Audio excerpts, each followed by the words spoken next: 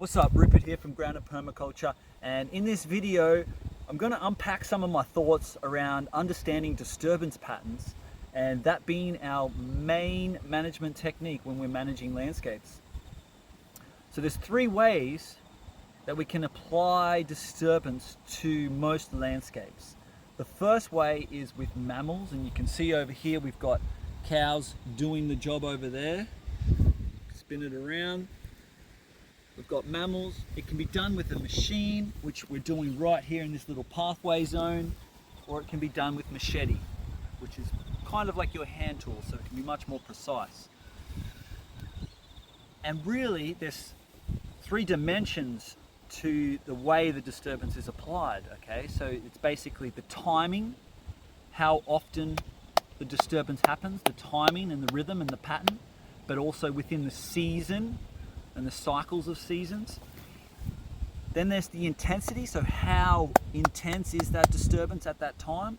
And then there is the selection, where we can apply the disturbance intense to one species right here, but then we completely leave another species. Now this landscape 6 months ago was all the same management strategy, the same disturbance pattern, which was the cows. And it's a typical story of Australia, which is the land here is understocked and overgrazed, okay? So there's actually too few cattle on this property, but because they're not managed, they're in just basically have free roam over the whole thing, so they just keep going over the same patches. And the timing, we're not managing the timing of that, so they can cause they keep everything down and it stays pasture. And sometimes, like what happened this year, is as it got cooler, the kikuyu, if it got grazed or mowed intensely in this whole valley, there was like a particular lawn grub timed with the intensity of the disturbance pattern, timed with the cooling of the season, where a lot of the kikuyus just died off. Now it will come back, but in that space when it was died off, there's heaps of other stuff that's moved in, and especially this wandering Jew or Combolina, that's moved in and taken over the kikuyu. The disturbance pattern in this little section for the last, sort of since November, has been brush cutting, and we've been doing it every 2 weeks, 4 weeks, 3 weeks, really trying to keep this pathway down. But when we're hitting it, we're not going right to the ground, we're leaving a lot of space. So there's a lot of undergrowth and ground covers coming through. And you can see here, if we look down this line, where I've brush cut it and where I haven't, that's still the pathway.